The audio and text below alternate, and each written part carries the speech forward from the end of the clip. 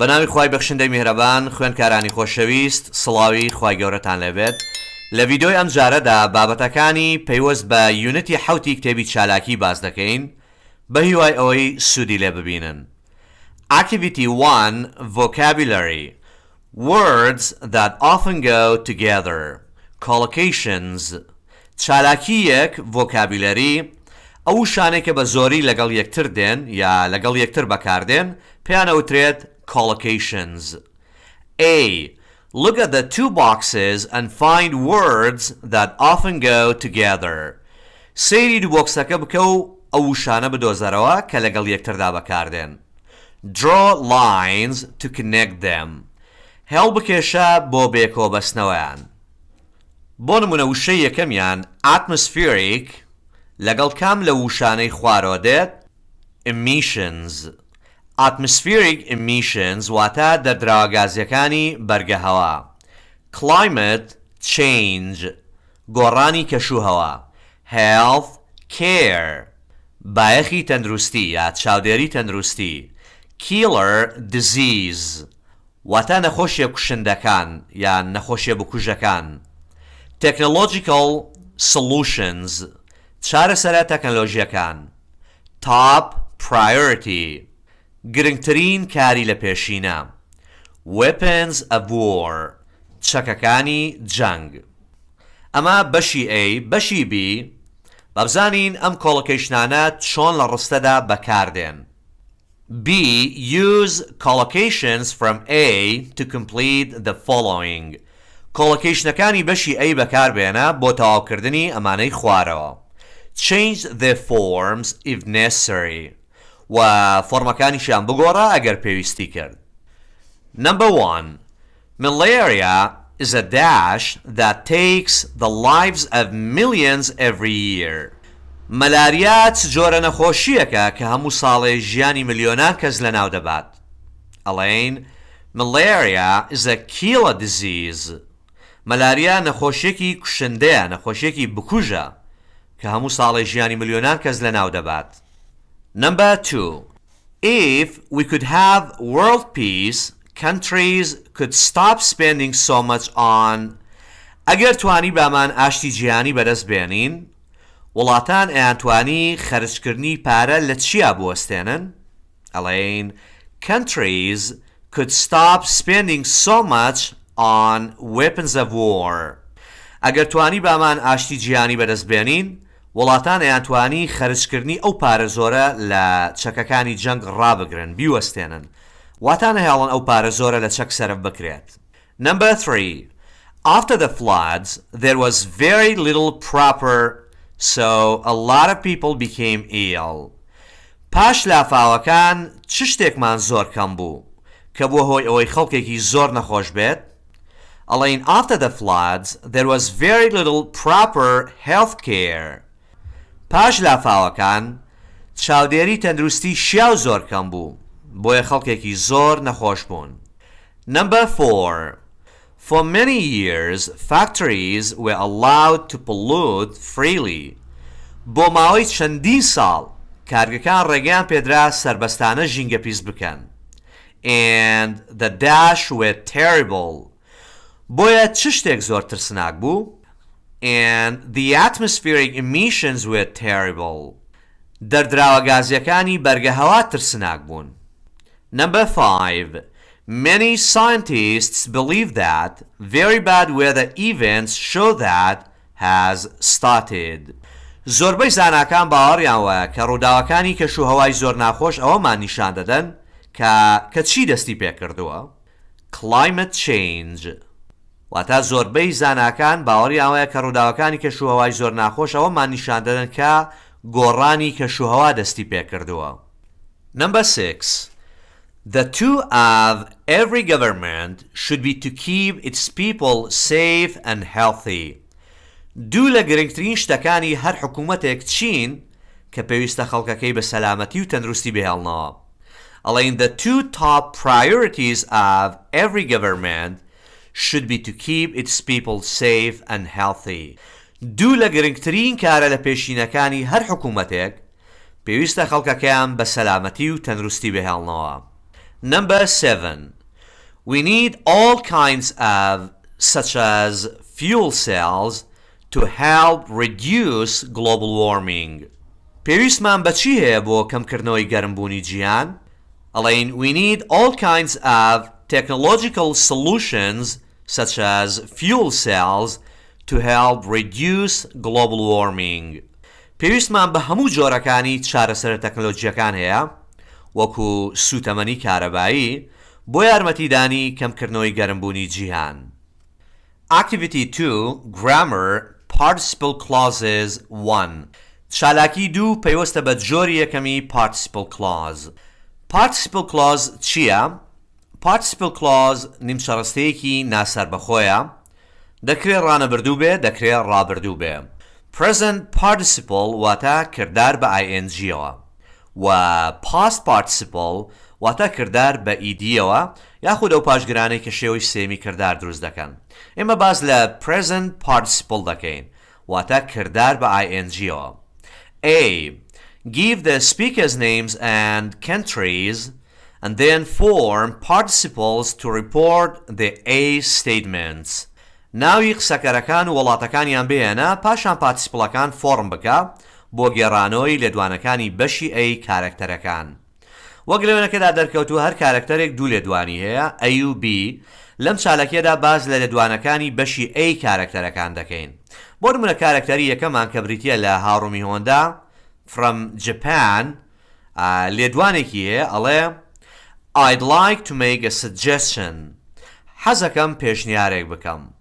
ئەم دەستەواژەیە ئەگەر بیکەین بە participle clause بەم جۆرە بێت ئەڵێن The next speaker was Harumi Honda from Japan making a suggestion.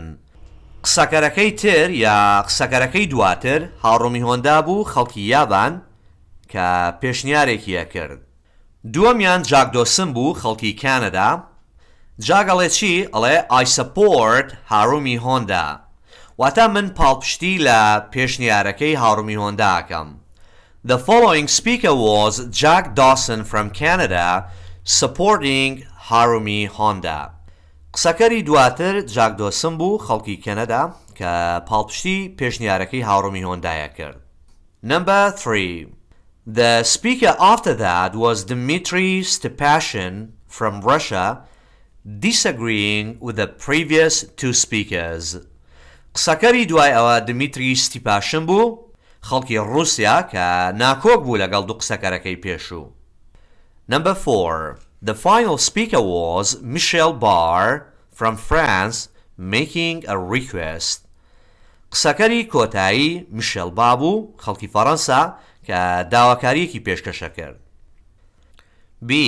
Use these starters and form participles to report the speaker's B statements. ئەم دەستپێکەرانە بەکاربێنە و پارتیسپڵەکان فۆرم بکە بۆ ژێڕانەوەی لێدوانەکانی بەشی B قسەکەرەکان. ستاتەکان بریتین لە We heard, I remember, we listened to, we saw. Number 1. We heard Harumi suggesting that they should have a vote at the end of the discussion. گوێمان لە هاڕومی بوو پێشنیاریەوەیە کرد کە پێویستە لە کۆتایی گفتوگۆکەدا یا لە کۆتایی تاوتوێکەدا دەنگدانێک ساز بکەن واتە پێشنیار و داواکاریەکان بخەنە دەنگدانەوە. Number 2. I remember Jack adding that they ought to have votes after every discussion. لەبیرمە جاکی ژووتی کە پێویستە لە دوای هەر گفتوگۆیەک دەنگ بدەن. Number 3. We listened to Dmitry arguing that they ought not to waste time on votes. گوێمان لە دمیتری گرت کە مشتومڕیە کرد سەبارەت بۆی کە پێویست ناکا کاتیان بە دەنگدانەوە بە فیڕۆ بدەن.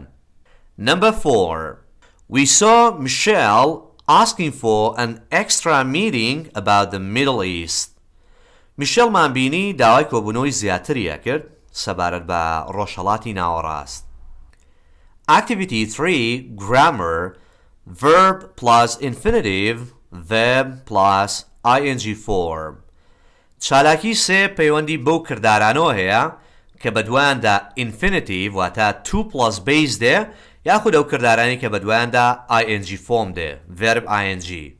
A. Complete part of the conference representative's speech with the correct forms of the verbs in brackets. بەشێک لە وتەی نوێنەرانی کۆنگرەکە تەواو بکە بە فۆرمی ڕاست و دروستی کردارەکانی نێوکەوانەکان. If two forms are possible, give both. ئەگەر دوو فۆرم گونجاو بوون هەردووکیان بەکاربێنە. A few years ago, the amount of malaria appeared to be declining in many countries. چەند ساڵێک لەمەوبەر ڕێژەی مەلاریا وا دەرەکەوت کە لە زۆربەی وڵاتان بەرەو نەمان بچێ. لێرە لە پێش بۆشاییەکە کردداری appeared هاتووە بۆیە ئینفینیتیڤمان بەکارهێنام to be. But the truth is that we have failed to get rid of this terrible disease. بەڵام ڕاستیەکە ئەوەیە کە ئێمە شکستمان هێناوە لە ناوبردن و خۆڕزگارکردن لەم نەخۆشیە ترسناکە. لێرەش کردداری failed هاتووە کە دەبێ بە دوایدا ئینفینیتیڤ بێت بۆیە ئەڵێین to get.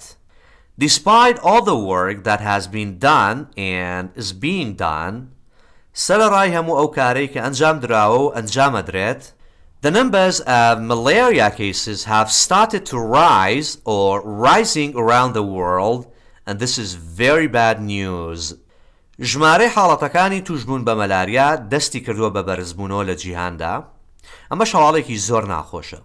لێرە لە پێش بۆشایەکە کردداری started هاتووە کە توانین بە دوایدا هەردوو فۆرمەکە بەکاربێنین بەبوونی جیاوازیەکی زۆر کەم لە ڕووی مانەوە یاخود نەبوونی هیچ جیاوازیەک. ئێستا لێرە هەر فۆرمێک بەکاربێنین فەرق ناکات. Conference. Some years ago, the world managed to get rid of another horrible disease, smallpox. کۆنگرات چەند ساڵێک لەمەوبەر جیهان توانی لە نەخۆشیێکی ترسناکی تر ڕزگاری ببێت.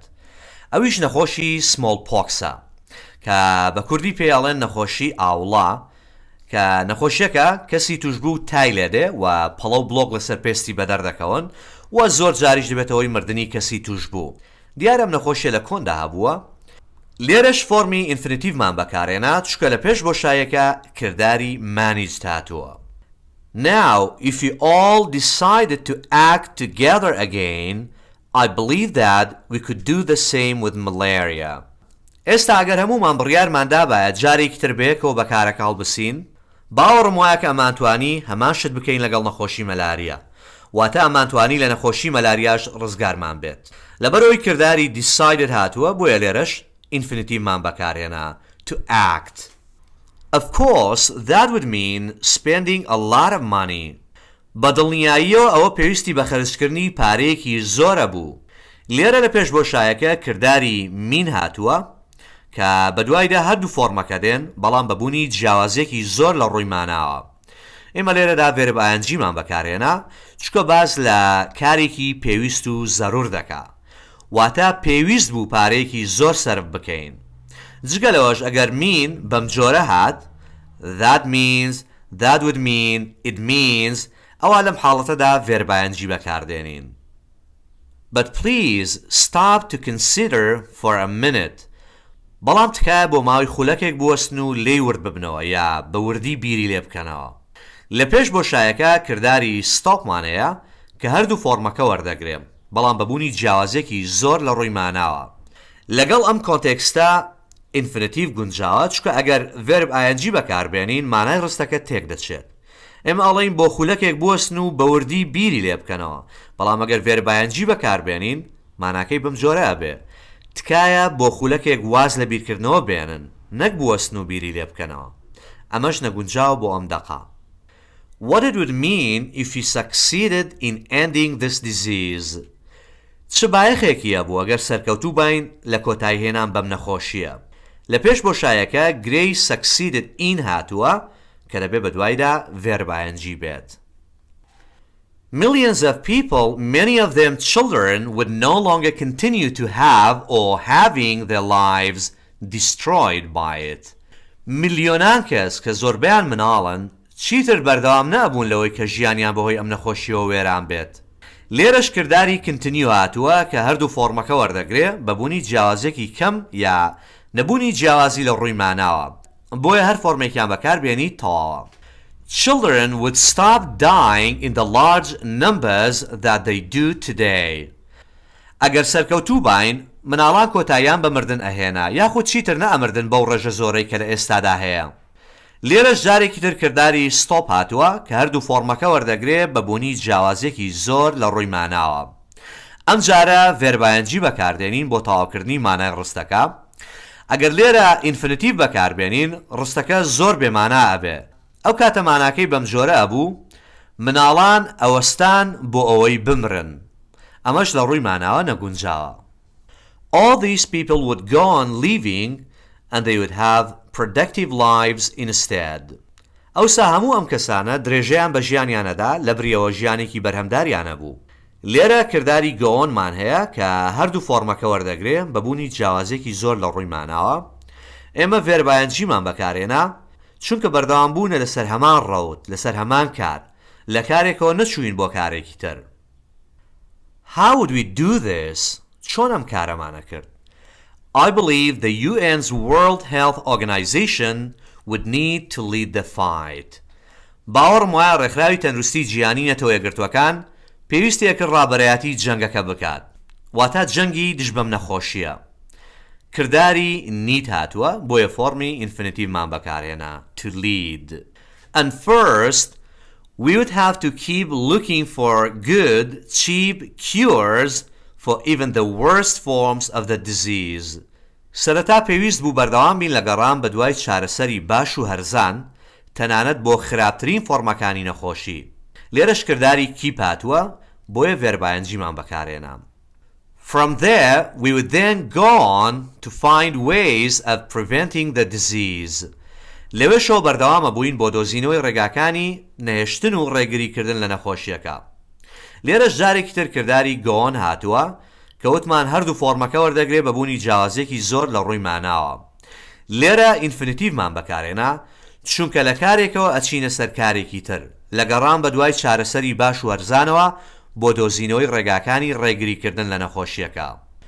If the world agreed to provide the necessary resources to do these things, ئەگەر جیهان بسازایە یا ڕازی بایە کە سەرچاوەی پێویست دابین بکات بۆ ئەنجامدانی ئەم شتانە، I believe that in 20 years from now, we could say goodbye to malaria forever. باوەڕم وایە کە لە ئێستاوە تا 20 ساڵی تر ئەمان توانی بۆ هەتایە ماڵئاوایی لە مەلاریا بکەین. لێرەش کردداری ئەگریت هاتووە بۆیە فۆرمی ئینفینیتیڤمان بەکارهێنا. بەشی B, complete the following with used to plus infinitive or B, get used to plus ing form. Use the verb in brackets. بەشی B پەیوەندی بە بەکارهێنانی used to هەیە. ئەمەش بەشێکی پەیوەندی بە ماناوە هەیە بەشێکیشی پەیوەندی بە زەمەنی ڕستەکانەوە هەیە. بۆ نمونە خاڵی یەکەم دەڵێ Number 1. It's midnight and I am tired. I'm not used to staying up so late. نیوە شەو و ماندوم من ڕانەهاتوم زۆر بمێنمەوە تا درەنگانی شەو. لێرە بیوستومان بەکارهێنا چونکە باز لە شتێک دەکات کە لە ئێستایە لەگەڵی ڕانەهاتووی. Number 2. I used to think that conferences were a waste of time, but now I feel they can be useful. وان بیرە کردەوە کە بەستنی کۆنگرە بە فیڕۆدانی کاتە، بەڵام ئێستا وەهەز دەکەم کە دەکرێت بە سوود بن. لێرە used to plus baseمان بەکارهێنا چونکە باز لە شتێک دەکات کە سەردەمانێک بە جۆرێک بووە و ئێستا بە جۆرێکی ترە. Number 3. I come from a small country town and I can't get used to living in New York. من لە شارۆچکەیەکی دێهاتی بچووکەوە هاتووم یا خەڵکی ئەوێم هەرچەندەکەم ناتوانم ڕابێم لە نیویۆرک بژیم. لێرەوە پێویست دەکات get used to plus ڤێربایەنجی بەکاربێنین چونکە لە پێش بۆشایەکە مۆدڵ ڤێرب هاتووە. ئەمە ژوا دەکات نەتوانین be used to بەکاربێنین وهروە باز لە ڕانەبردووش دەکات بۆیە ناتوانین used to plus baseیش بەکاربێنین. بۆیە ئەڵێن get used to living. Number 4. What did you used to enjoy most when you were younger? Playing football. کاتێ مناڵ بووی زیاتر چێژت لە چیە بینی؟ یان لە هەموو شتێ زیاتر چێژت لە چیە بینی؟ لە وەڵامدا ئەڵێ یاری تۆپی پێ. لێرەدا used to plus base بەکاردێنین چونکە باس لە ڕابردووەکە بەڵام ئەم ڕستەیە پرسیاریە بۆیە پێویستە پرسیارەکە بەم جۆرە بێت. What did you use to enjoy? Number 5. Why are you going so slowly? بۆ ئەوەندە بەهێواشی ئەڕۆی یاخود بۆ ئەوەندە بەهێواشی لێخڕی؟ Haven't you got used to driving your new car yet? ئایا هێشتا لەگەڵ لێخوڕینی سیارە تازەکەت ڕانەهاتووی؟ بەشی یەکەمی پرسیارەکە ڕانەبردووە و لە بەشی دووەمیشدا لە کۆتایی پرسیارەکەدا یەتمان هەیە. بۆیە get used to plus verb ing بەکاردێنین و دەمەکەشمان پێویستە present perfect بێ. و بۆ تەواوکردنی مانای ڕستەکەش پێویستە ڕستەکە پرسیاری نەرێ بێت. Negative question. ئەڵێین Haven't you got used to driving? Number 6. Will I get used to being away from home when I go to college? Don't worry, of course you will. ئەتۆ بڵێ کە چوومە کۆلێژ ڕابێم لەگەڵ دوورکەوتنەوە لە ماڵ؟ نیگەران مەبە، بەدڵنیاییەوە ڕادەی. Activity 4. Language for life. Complete appropriately, then practice. After all, can't help thinking for one thing for another. لێرە گفتوگۆیەکمانێ لە نێوان سێ کەسدا A, B, C. کەسی A ئەڵێ What do you think of plan B? پلانی بیت پێ چۆنە؟ کەسی B وەڵامەداتەوە ئەڵێ I can't help thinking that it is the wrong one. I prefer plan A. ئەڵێ نامەوێت وا بیرکەمەوە کە پلانێکی هەڵەیە. من پلانی ئەیم پێ چاکە. Why do you feel that way? بۆ جۆرە بیرەکەیتەوە یا بۆچی وا هەز دەکەی؟ For one thing, it would be too expensive and it would take too long. لەبەر یەک شت زۆر گرانە بێت و زۆریشە خایەنێت. Yes, it has to be plan A, doesn't it? بەڵێ پێویستە پلانی A بێ، وانییە؟ After all, we need the quickest, cheapest solution, don't we? لە کۆتاییە یا سەرنجام پێویستمان بە خێراترین و هەرزانترین چارەسەرە، وانییە؟ Lesson 3 and 4. وانەی 3 و 4. Activity 1. Vocabulary. Opposites or opposites. چالاکیەک vocabulary وشە دژەواتاکان کە پێشانەوترێت antonyms. Number 1. Remember واتە بەبیری دێتەوە. دژەواتاکەی forget واتە لەبیری دەکات. Number 2. Life ژیان death مردن. Number 3. For واتە بۆ یا لە پێناو یا لە بەرژەوەندی شتێکە. Against واتە لە دژی یان دژ بە.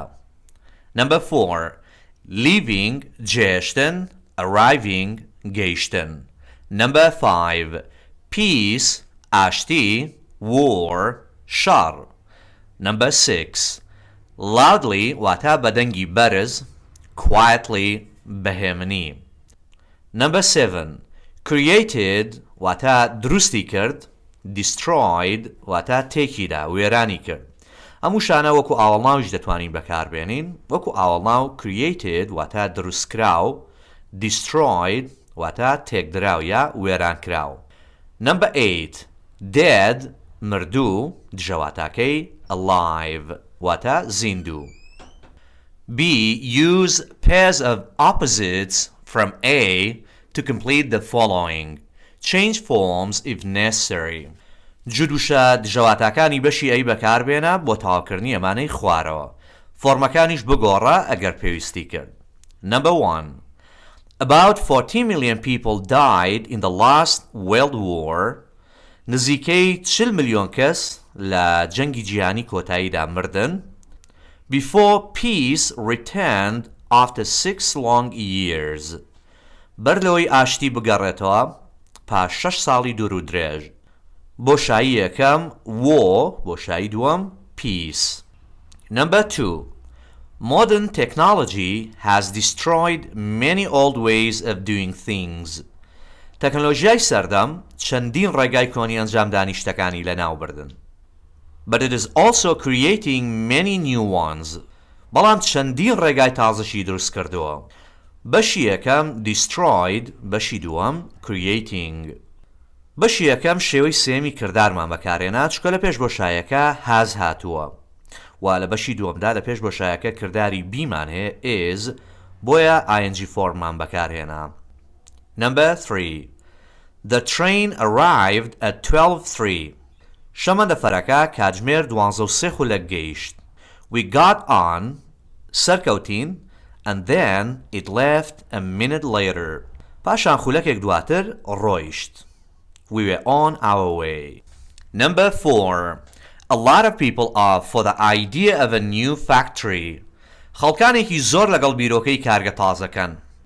Because it'll bring new jobs. چونکە ئیشی تازەمان بۆ فەراهەمەکات. But other people are against it. بەڵام خەڵکی تر دژی بیرۆکەکەن. Number 5. I remembered to take my air ticket. بیرم کەوتەوە یا لە بیرم بوو کە بلیتی فڕۆکەم ببەم. But the problem was that I forgot to take my passport. بەڵام کێشەکەەوە بوو لە بیرم چوو پاسپۆرتەکەم ببەم. And so I couldn't catch my plane. بۆیە نەمتوانی فڕۆکەم بگرم یا فریای فڕۆکەم بکەوم. Activity 2. Grammar. Reported speech forms. فۆرمەکانی وتەی ناڕاستەوخۆ یا وتەی گێڕدراوە. Turn Kriska's notes on the direct speech into sections of his first newspaper report. تێبینیەکانی کریسکا و وتە ڕاستەوخۆکان بگۆڕە بۆ بەندەکانی یەکەمی راپۆرتی ڕۆژنامەکەی. Use the reporting verbs in brackets. کردارەکانی گێڕانەوەی نێوکەوانەکان بەکاربهێنە. Tomorrow, 10 a.m., visit Dr. Nasrin Ali, director of local TV station. بەیانی سەعات 10 پێشنیوەڕۆ سەردانکردنی دکتۆر نەسرین عەلی بەڕێوەبەری وێزگەی تەلەڤیزیۆنی ناوخۆ. She asked to, tell, invite to. ئەمانە کردارەکانی گێڕانەوەن. ئەمە وتە ڕاستەوخۆکانن کە لە نێو سپیچ بەبڵەکاندان دەیانگۆڕین بۆ ناڕاستەوخۆ. و بەندی یەکەم پەیوەندی بە جۆری یەکەمی وتەی ناڕاستەوخۆ هەیە کە بریتیە لە reported requests, orders, invitations, etc. Next day, I visited Dr. Nasrin Ali, the director of a local TV station. ڕۆژی دواتر سەردانی دکتۆر نەسرین عەلیم کرد بەڕێوەبەری یەکێک لە وێستگەکانی تەلەڤیزیۆنی ناوخۆ. سپیچ بەبڵی یەکەممان کە وتەی ڕاستەوخۆیە ئەڵێ please sit down and have a cup of coffee. تکایە فەرمودانی شە و کوپێ قاوە بخۆرەوە. ئەمەیان ئەگەر بیگۆڕین بیکەین بە indirect speech یان reported speech ئەڵێین She invited me to sit down and have a cup of coffee. بانکێشتی کردم کە دابنیشم و کوپێ قاوە بخۆمەوە. وتەی دووەمیان Tell me a bit about your plans. کەمێکم دەربارەی پلانەکانت بۆ باز بکە. And she asked me to tell her a bit about my plans. و داوای لێ کردم کە کەمێک دەربارەی پلانەکانمی پێ بڵێم یا بۆی باز بکەم. You must ask me for whatever help you need whenever you need to. Then she told me to ask her for whatever help I needed whenever I needed to. پاشان پێیوتم کە هەر یارمەتیەکم پێویست بوو لە هەر کاتێکە داوای لێ بکەم. بەندی دووەمیان 10:30 Interview Dr. Nasrin Ali. کاتژمێر 10:30 و چاوپێکەوتن لەگەڵ دکتۆر نەسرین عەلی. Find out about TV station and its work. بۆ دۆزینەوەی زانیاری دەربارەی وێزگەی تەلەڤیزیۆن و شێوازی کارکردنەکەی. She add, explain, go on to say, tell. ئەم بەندە پەیوەندی بە جۆری دووەمی وتەی ناڕاستەوخۆ هەیە کە بریتیە لە reported statement. reported statement ئەوەیە کە ڕستەکەت پرسیاری نەبێ، ئەمری نەبێ، داواکاری نەبێ، ئەمە پێی دەوترێت statement. I interviewed Dr. Nasrin Ali to find out about the radio station and its work. چاوپێکەوتنم لەگەڵ دکتۆر نەسرین عەلی کرد بۆ دۆزینەوەی زانیاری دەربارەی وێزگەی رادیۆ و شێوازی کارکردنی. سپیچ بەبڵی یەکەممان We first began broadcasting back in the 1990s. لە بابەتی reported statementدا گرنگە بزانین کە چۆن دەمی ڕستەکان دەگۆڕین. پێشتر لە ڤیدیۆیەکدا باسی شێوازی گۆڕینی دەمی ڕستەکانم کردووە. بۆ نمونە لێرە دەمێکی past simpleم هەیە کە پێویستە لە reported speechدا بیکەین بە past perfect. بۆیە ئەڵێین She told me that they had first begun broadcasting back in the 1990s. پێیوتم کە یەکەم جار لە ساڵانی 90ەکان دەستیان کرد بە پەخشکردن. سپیچ بەبڵی دووەمیان Our station shows a lot of films and also a mixture of programs on Kurdish matters. ئەمەیان ئەگەر بگۆڕین بۆ report speech ئەڵێین she said that the station showed a lot of films and also a mixture of programs on Kurdish matters. نەسرین وتی کە وێستگەکەیان زۆر فیلمی نیشان داون و هەروەها چەندین بەرنامەی هەمەڕەنگیش لەسەر کێشەکانی کورد یا لەسەر قەزیەی کورد. وتەی سێمیان we are trying to interest young people more in Kurdish culture. She explained that they were trying to interest young people more in Kurdish culture. ڕوونیشی کردەوە کە هەوڵیان داوە زیاتر سەرنجی گەنجان ڕابکێشن بۆ نێو کلتوری کوردی. We've just done an important program about the history of the Anfal. She went on to say that they had just done an important program about the history of the Anfal. درێژەی بە قسەکانی دا و وتیشی کە تازە بەرنامەیەکی گرنگیان ئەنجام داوە سەبارەت بە مێژووی ئەنفال. A further program of people's personal stories about the Anfal will go out tomorrow. She added that a further program of people's personal stories about the Anfal would go out the next day. هەروەها وتیشی بەرنامەیەکی تری چیرۆکی کەسی خەڵک سەبارەت بە ئەنفال ڕۆژی داهاتوو پەخشەکرێت. Go out here means broadcast. واتە لێرەدا go out بەمانای broadcast دێت واتە بەمانای پەخشکردن دێت. بەندی سێمیان 11 a.m. speak to Banabeyar Director Programs about Anfal. کاتژمێر 11 پێش نیوەڕۆ قسەکردن لەگەڵ بانەبەیار دەرهێنەری پرۆگرامەکان دەربارەی ئەنفال. Dr. Nasrin Ali mentioned دکتۆر نەسرین عەلی باسی کرد. ئەم بەشەیان پەیوەندی بە جۆری کۆتایی وتەی ناڕاستە و خۆ هەیە کە هەردوو فۆرمی پرسیاری لەخۆگرێت reported yes no question and WH question. Questions to ask, inquire, want to find out, want to learn, want to know. ئەمانە کردارەکانی گێڕانەوە کە لەگەڵ هەردوو فۆرمی پرسیاری ریپۆرت سپیچدا بەکاردێن. I decided to speak to Banabeyar, the director of the programs about the Anfal that Dr. Nasrin Ali had mentioned.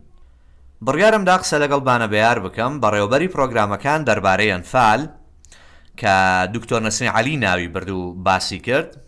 ئەمە وتە ڕاستەوخۆکانن کە لە نێو سپیچ بەبڵەکاندا نووسراون. وتەی یەکەممان Is it really true that Saddam tried to destroy the culture of the Kurds? ئایا ئەمە ڕاستە کە سەدام هەوڵیاوە کلتوری کوردەکان لەناو ببات؟ ئەمە ڕستەیەکی پرسیاری yes no questionە کە بە کردداری بی دەستی پێکردووە. ئەگەر بیگۆڕین بۆ report speech بەم جۆرە بێ First, I wanted to learn if it was really true that Saddam had tried to destroy the culture of the Kurds. سەرەتا ویستم بزانم ئاخۆ ئەوە ڕاست بووە کە سەدام هەوڵی داوە کلتوری کوردەکان لەناو ببات. دووەمیان What sort of damage did the atrocities do to the region's economy? I asked what sort of damage the atrocities had done to the region's economy. پرسیم کە دڕندەیی و دڵڕەقیەکانی سەدام چ جۆرە زیانێکی لە ئابووری هەرێمەکە داوە. ئەمەیان پرسیاری WH questionە کە پێویستە وشەی پرسی WH بنووسرێتەوە. پرسیاری سێمیان How many people did your reporters interview for the programs? ئەڵێ پەیامنێرەکانت چاپێکەوتنیان لەگەڵ چەند کەسدا کردووە بۆ پرۆگرامەکان. I inquired how many people his reporters had interviewed for the programs. پرسیم پەیامنێرەکانی چاپێکەوتنیان لەگەڵ چەند کەسدا کردووە بۆ پرۆگرامەکان. پرسیاری چوارەمیان Can the Kurdish people ever forget the Anfal and 8,000 Barzanis? ئایا گەلی کورد هەرگیز ئەنفال و ئەو 8,000 بارزانیە لە بیرەکات؟ I wanted to know if the Kurdish people could ever forget the Anfal and 8,000 Barzanis. ویستم بزانم ئاخۆ گەلی کورد هەرگیز ئەتوانن ئەنفال و ئەو 8,000 بارزانیە لە بیر بکەن؟ پرسیاری کۆتایی Did the world know much about Saddam's persecution of the Kurds? I wanted to find out if the world knew much about Saddam's persecution of the Kurds. ویستم بۆم دەرکەوێت کە ئاخۆ جیهان زۆر ئەزانێ دەربارەی چەوسانەوەی کوردەکان لەلایەن سەدامەوە. Activity 3 Grammar Connecting Ideas چالاکی 3 بەیەکۆبەستنەوەی بیرۆکەکان Choose the correct connectors to complete Kriska's report. لێکدەر یا بەستەرەکانی ڕاست و دروست هەڵبژێرە بۆ تەواوکردنی راپۆرتەکەی کریسکا. کنەکتە واتە بەستەر وشەیەکە بەکاردێ بۆ بێکۆبەستنەوەی دوو ڕستە دووشە دوو گرێ یاخود ڕستەیەک و گرێک. Banabert told me that Saddam had tried his hardest to destroy Kurdish culture. Banabert پێیوتم کە سەدام بە هەموو شێوێک هەوڵی داوە کلتوری کوردی لەناو ببات. That he had very nearly succeeded. زۆریش نزیک بوو سەرکەوتوو بێت لە هەوڵەکانی. لێرە and بەکاردێنین دەڵێن and that he had very nearly succeeded. بۆیە ئەندمان بەکارێنا لەبەرەوەی ڕستەکان بەیەک ئاڕاستە ئاڕۆن دژیەک نین. This, she said, was due to the destruction of so many villages which had always been at the heart of the culture of the Kurds. وتی ئەمە بەهۆی وێرانکاری چەندەها دێهاتەوە بوو کە هەمیشە لەناو جەرگەی کلتوری کوردەکاندا بوون. ئەڵێن due to the destruction بەهۆی وێرانکاری. She went on to say that this same destruction of the villages had also done terrible economic damage. وتیشی هەر ئەو وێرانکاری گوندەکان زیانی خراپی ئابووریشی بەرکەوتووە. Because چونکە the economy at that time had been almost completely rural. چونکە ئابووری لەو کاتەدا تقریباً بە تەواوی لادەیی بووە واتە بۆ ئابووریەکان پشتیان بە لادەیەکان بەستووە. Bana then told me about making the second Anfal program. دواتر بانە سەبارەت بە دروستکردنی دووەمین بەرنامەی ئەنفال پێیوتم. Although some people had not wanted to talk about the experiences of the genocide, many others had been very happy to do so. هەرچەندە هەندێک کەس نەیانویست بوو باز لە ئەزموونەکانی خۆیان لەگەڵ کۆمەڵکوژیەکە بکەن، بەڵام لەگەڵەوەشا زۆر کەسی تر زۆر دڵخۆش بوون بەوەی باز لە ئەزموونیان لەگەڵ جینۆساید بکەن. Genocide واتە کۆمەڵکوژی. لێرە ئۆڵدۆمان بەکارێنا لەبەرەوەی ڕستەکان دژ بەیەکن. بەشی یەکەمیان ئەڵێ هەندێک کەس نەیانویستۆ باز لە ئەزموونەکانیان بکەن، لە بەشی دووەمدا ئەڵێ زۆر کەسی تر زۆر دڵخۆش بوون بۆی باز لە ئەزموونەکانیان بکەن. After all, this program was the best chance to tell young Kurdish people about the terrible things that had been done to them. دوجار ئەم بەرنامەیە باشترین هەلبوو بۆ ئەوان کە بە گەنجانی کورد بڵێن سەبارەت بەو شتە سامناکانەی کە بەسەریان هاتوون. As a result, Bana's team had heard the personal stories of nearly 200 people from all over Kurdistan.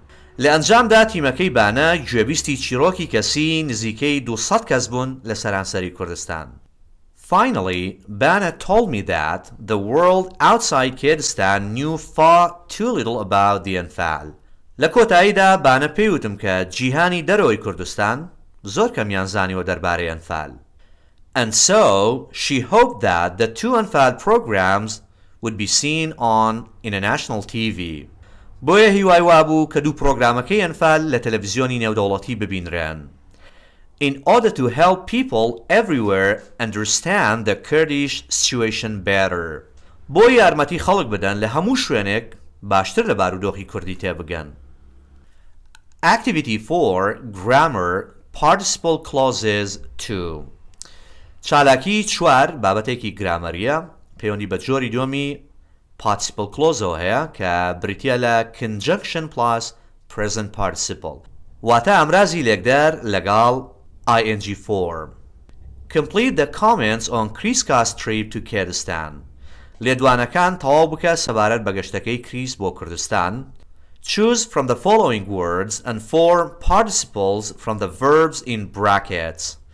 لە موشانەی خوارەوە هەڵبژێرە و پارتیسپڵەکان لە کردارەکانی نێوکەوانەکان دروست بکە. Number 1.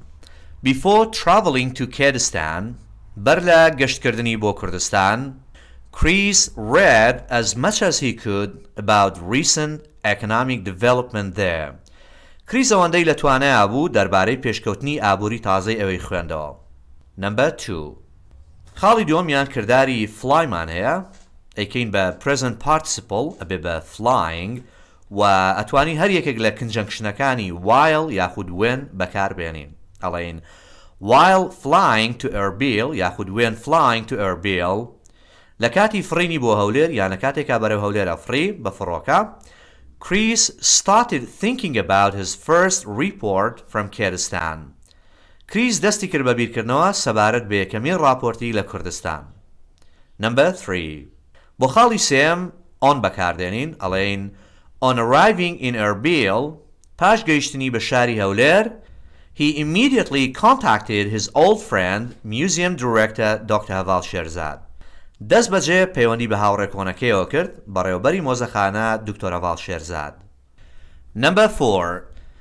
بۆ خاڵی چوارەمیان after بەکاردێنین ئەڵێین after spending the first evening with Dr. Haval پاش بەسەربردنی یەکەم ئێوارە لەگەڵ دکتۆر هەڤاڵ Chris went back to his hotel and thought. Chris گەڕایەوە بۆ ئوتێلەکەی و بیری کردەوە and then he decided to write about the ئەنفال. دواتر بڕیاریدا بابەتێک دەربارەی ئەنفال بنووسێت. Number 5. بۆ خاڵی پێنجەمیش دەتوانین هەر یەکێک لە when یاخود while بەکاربێنین ئەڵێین when or while visiting the TV station کاتێ سەردانی وێزگەی تەلەڤیزیۆنی کرد یان لە کاتێکا سەردانی وێزگەی تەلەڤیزیۆنیە کرد he was able to talk to Bana Bayar about the ئەنفال programs. توانی دەربارەی پرۆگرامەکانی ئەنفال قسە لەگەڵ بانە بەیار بکات. Number 6.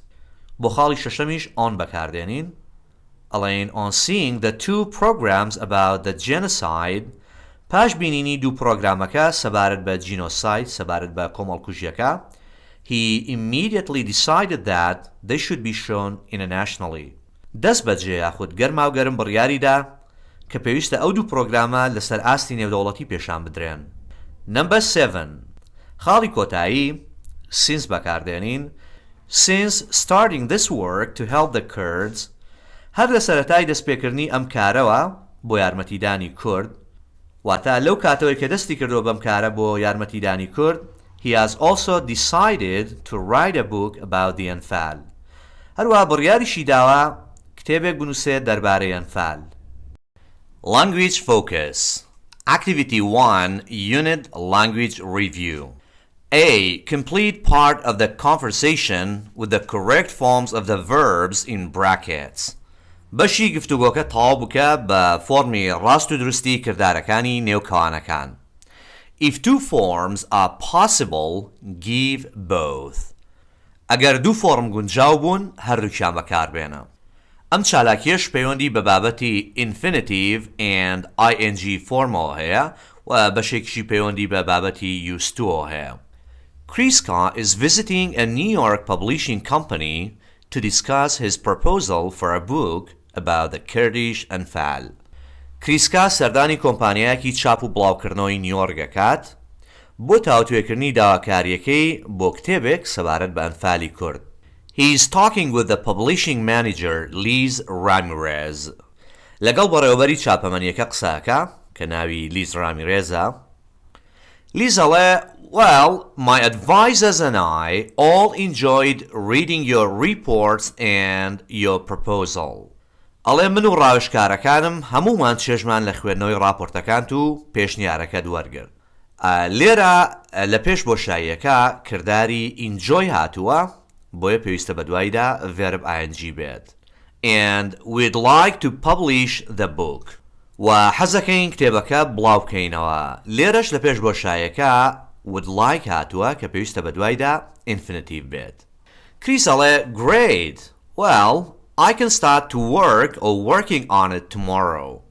کریس ئەڵێ زۆر باشە ئەتوانم بەیانی دەست بکەم بە کارکردن لەسەری. لێرە لە پێش بۆشاییەکە کردداری start هاتووە کە هەردوو فۆرمەکە وەردەگرێ بەبوونی جیاوازیەکی کەم لە ڕووی ماناوە یاخود نەبوونی جیاوازی لە ڕووی ماناوە لێرە ئەتوانین هەردوو فۆرمەکە بەکاربێنین. لیز ئەڵێ But there is one big problem. بەڵام یەک کێشەی گەورە هەیە. Now, I don't mean to upset you. ئێستا من نامەوێت بێتاقەتت بکەم. لە پێش بۆشاییەکە کردداری mean هاتووە کە هەردوو فۆرمەکە وەردەگرێ بەبوونی جیاوازێکی زۆر لە ڕووی ماناوە. ئێمە لێرە infinitive-مان بەکارهێنا لەبەرەوەی باسی intention دەکا باسی مەبەست دەکا کاڵێ I don't mean to upset you واتە I don't intend to upset you. واتە مەبەستم نییە یاخود نامەوێت بێزارت بکەم بێتاقەت. But we want you to consider adding a short history of Kurdistan. بەڵام دەمانەوێت ڕەچاوی زیادکردنی مێژوویەکی کورتی کوردستان بکەیت واتە کورتە مێژوویەکی کوردستانیشی بۆ زیاد بکەیت. لێرە لە پێش بۆشایەکە کردداری کنسی داهاتووە بۆیە بە دوایدا verb ing-مان بەکارهێنا. اینجا کریزەڵێ I am very happy to do that. من زۆر خۆشحاڵم کە ئەو کارە بکەم. But it'll mean producing a longer book. بەڵام ئەمە مانای وایە ئەوە ئەگەێنێ کە دەبێت کتێبێکی درێژتر بەرهەم بێنم. لێرە لە پێش بۆشایەکە کردداری مین هاتووە بەڵام ئەم جارەیان verb ing-مان بەکارهێنا. هەر بۆیە verb ing-مان بەکارهێنا لەبەرەوەی باز لە شتێکی زەرور دەکەین. لیزەڵێ That's fine with us. ئێمە پێمان باشە واتە ئەمە هیچ مشکلێکمان لەگەڵیان نییە. And the other thing is this, we would need to have the finished book from you in 3 months from now. و شتەکەی تر ئەوەیە لە ئێستا تا 3 مانگی تر پێویستمان بە کتێبە تەواوبووەکە ئەبێت لەلایەن تۆ. کریسەڵێ Well, I'm a reporter, so I'm used to writing fast. ئەڵێ من پەیامنێرم بۆیە ڕاهاتوم بە خێرایی بنووسم. لە پێش بۆشایەکە be used to هاتووە بۆیە پێویستە بە دوایدا verb ing بێت. B. Order the words in brackets to form this pattern. Subject plus verb plus object plus participle clause. ئەم چالاکیان تەنها پێویست دەکات وشەکانی نێوکانەکان ڕێک بخەینەوە. Number 1. Now, here we're looking at Banaber and his people filming out on the streets of Erbil. ئێستا لێرە سەیری بانەبەیار و خەڵکەکەی یەکەین کە لەسەر شەقامەکانی هەولێر فیلم دەگرن. Number 2. And in this bit, لەم دەورە بچووکەدا bit لێرە لە مانای دەورێکی بچووک یان ڕۆڵێکی بچووک لە فیلمێکدا. And in this bit, you're watching a team of experts discussing the conservation work at the ancient Erbil citadel. لەم دەورە بچووکەدا سەیری تیمێکی پسپۆڕانەکەیت کە باسی کاری پاراستنەکەن لە قەڵای دێرینی هەولێر. Number 3. This time I am videoing my friend Dr. Haval organizing the new Anfal exhibition at the museum. ئەم جارە ڤیدیۆی هاوڕێکەم دکتۆر هەڤاڵەکەم کە خەریکی ڕێکخستنی پێشانگا تازەکەی ئەنفالە لە مۆزەخانەکە. Number 4. Finally, here we are seeing some farm workers picking fruit on a farm out in the country. لە کۆتاییە ئەوە تا هەندێک کرێکاری کێڵگە ئەبینین کە لە کێڵگەیەک میوە ئەچنن لە لادەیەکە. C. When Chris got home after the meeting with Liz Ramirez, کاتێک کریس گەیشتە ماڵەوە پاش کۆبوونەوەکەی لەگەڵ ریز راميريز, he told his wife what had been said. ئەوەی کە لە کۆبوونەوەکە گوترابوو بە هاوسەرەکەی وت. Put parts of the conversation into reported speech. بەشەکانی گفتوگۆکە بگۆڕە بۆ reported speech. Use the reporting verbs in brackets. کردارەکانی گێڕانەوەی نێوکانەکان بەکاربێنە. لیزەڵێ Come in and sit down, Mr. Carr. بەڕێزکە فەرمووەرە ژوورەوە دابنیشە. لێرە کرداری گێڕانەوەی inviteمان هەیە. ئەڵێن So first, she invited me to go in and sit down. سەرەتا بانکێشتی کردم کە بچمە ژوورەوە و دابنیشم. اینجا پرسیاری لێکە Were you able to find our offices all right? ئەڵێ توانید ئۆفیسەکانمان بەباشی بدۆزیتەوە؟ لێرە کرداری ask بەکاردێنین. ئەڵێن Then she asked me if I had been able to find the offices all right. دواتر پرسیاری لێکردم ئاخۆ توانیومە بەڕاستی ئۆفیسەکانیان بدۆزمەوە؟ اینجا کریس ئەڵێ I often come past the building, so I know it well. دەڵێ زۆر جار بەلای بیناکەتاندا تێئەپەڕم بۆیە بەباشی شارەزایم. I told her that I often went past the building, so I knew it well. پێم وت کە من زۆر بەلای بیناکەیاندا تێپەڕەبم بۆیە باش شارەزای ئەوێم. اینجا لیز ئەڵێ Can I get you a coffee before we start talking about your book? ئەتوانم قاوەیەکت بۆ بێنم بەردەوەی دەست بکەین بە گفتوگۆ سەبارەت بە کتێبەکەت؟ After that, she offered to get me a coffee before we started talking about my book. دوایەوە پێشنیاری کرد قاوەیەکم بۆ بێنێ پێشەوەی دەست بکەین بە قسەکردن لەسەر کتێبەکەم. Later, دواتر لیزەڵێ Will you have time to write the book? ئەمە پرسیاری yes no questionە بە will دەستی پێکردووە. ئەڵێ کاتت هەیە بۆ نووسینی کتێبەکە. لێرە کردداری ask بەکاربێنە.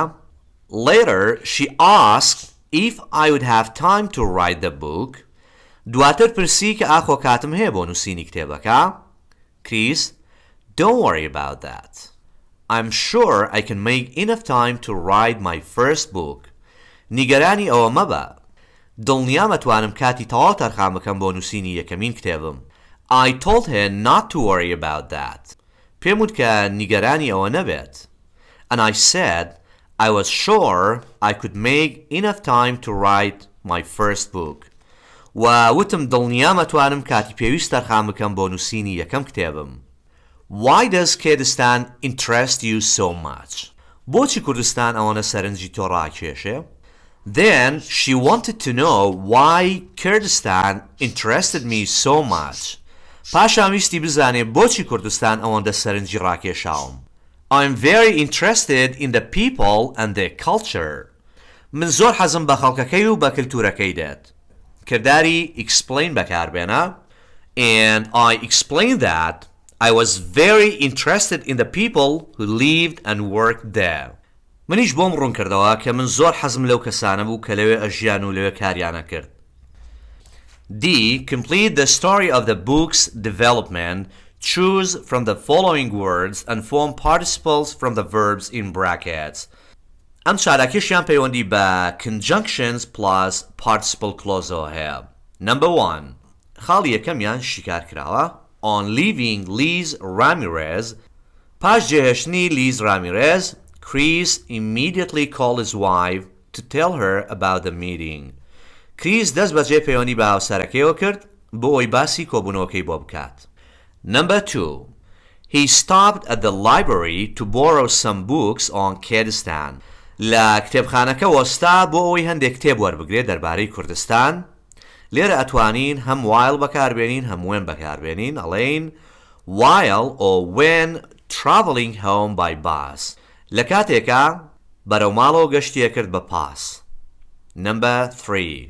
خاڵی سێمیان فۆرمی present participle get بەکاربێنە کە ئەبێ بە getting و ئەتوانین هەردوو conjunctionی after یاخود on بەکاربێنین. ئەڵێین after or on getting home پاش گەیشتنە ماڵەوەی he went on the internet to do more research.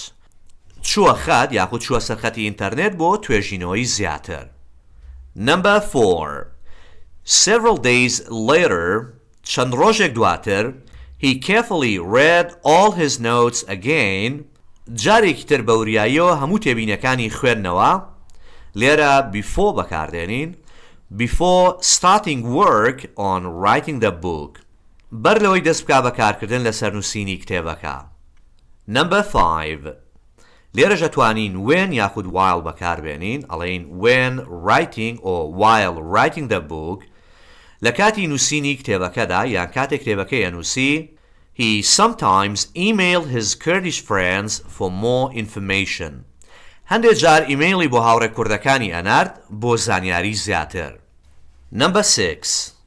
بۆ خاڵی شەشەمیشیان ئەتوانین هەم on بەکاربێنین هەم after. ئەڵێین on or after completing the book. پاش تەواوکردنی کتێبەکە he emailed it straight to Liz. ڕاستەوخۆ بە ئیمەیل بۆ لیزی نارد. Number 7. خاڵی حوتەمیان since بەکاردێنین. Since sending it to the company, لەو کاتەوەی ناردوویەتی بۆ کۆمپانیاکە he's been waiting for further news. چاوەڕێی هەواڵی زیاترە. Number 8. بۆ خاڵی هەشتەمیشیان on بەکاردێنین. On calling Liz today, پاش پەیوەندیکردنی بە لیزەوە ئەمڕۆ he was told that it'd be in the shops next month. پێی ڕاگەیەنرا یاخود پێی وترا کە مانگی داهاتوو دەکەوێتە بازارەوە یاخود بڵێین لە دوکانەکان بەردەستە بێت. Activity 2. Unit Vocabulary Review. A. Use the letters in brackets to produce the words for the definitions. وشەی نێوکەوانەکان بەکاربێنە بۆ دروستکردن و بەرهەمهێنانی وشە بۆ پێناسەکان. ئەم چالاکیە پەیوەندی بە پێناسەکانەوە هەیە. Number 1. Very quickly and without stopping to do anything else. زۆر بە خێرایی و بەبێ وەستان بۆ ئەنجامدانی شتێکی تر پێوترێت immediately واتە یەکسەر دەست بەجێ یا گەرما و گەرم. Number 2. To have a different opinion from someone else. بوونی بیرروڕای جیاواز لە کەسێکی تر واتە ئەگەر بیر و بۆچون و لەگەڵ کەسێکی تر جیاواز بێ پێیاڵێن disagree واتە ناڕازی بوون ناکۆک بوون. Number 3. How your body is especially whether you're ill or well. جەستەت چۆنە بە تایبەتی ئاخۆ نەخۆشی یا ساغی ئەمە پێیاڵێن health واتە تەندروستی. Number 4. An organization that gives money and or other help to people who need it. ڕێکخراوێکە کە پارە یا هەر یارمەتێکی تر پێشکەش بەو کەسانە ئەکات کە پێویستیانە پێیاڵێن charity واتە خێرخوازی. Number 5. Something arranged or decided between people, organizations, etc. about what to do. شتێکە لە نێوان خەڵک و ڕێکخراوەکاندا ڕێکخراوە یا بڕیاری لەسەردراوە سەبارەت بۆی کە چی بکەن پێوترێت agreement واتە ڕازیبوون ڕێککەوتن. Number 6. To have a plan in your mind to do something. بوونی پلانێک لە مێشکتدا بۆ ئەنجامدانی شتێک پێوترێت intend واتە مەبەستێتی یاخود دەیهەوێت. Number 7. To ask someone for information about something. پرسیارکردن لە کەسێ بۆ زانیاری دەربارەی شتێ پێوترێت inquire واتە پرسیارەکات یاخود دەپرسێت. Number 8. The act of saying something about someone or something. باسکردن یا وتنی شتێک دەربارەی کەسێ یا شتێ پێوترێت mention واتە باسکردن خستنە ڕوو. Number 9. A thing such as a statue. شتێکە بۆ نمونە وەکو پەیکەرێک to remember something important from the past. بۆ بەبیرهاتنەوەی شتێکی گرنگ لە ڕابردوودا پێوترێت memorial واتە یادەوەری. Number 10. A thing that is used for hurting people or damaging things. شتێکە بەکاردێ بۆ ئازاردانی خەڵک یا بۆ زیانگەیاندن بە شت پێوترێ weapon واتە چەک. ئێستاژە چینە لای پرسیارە وزاریەکانی پەیوەست بە میونەتە.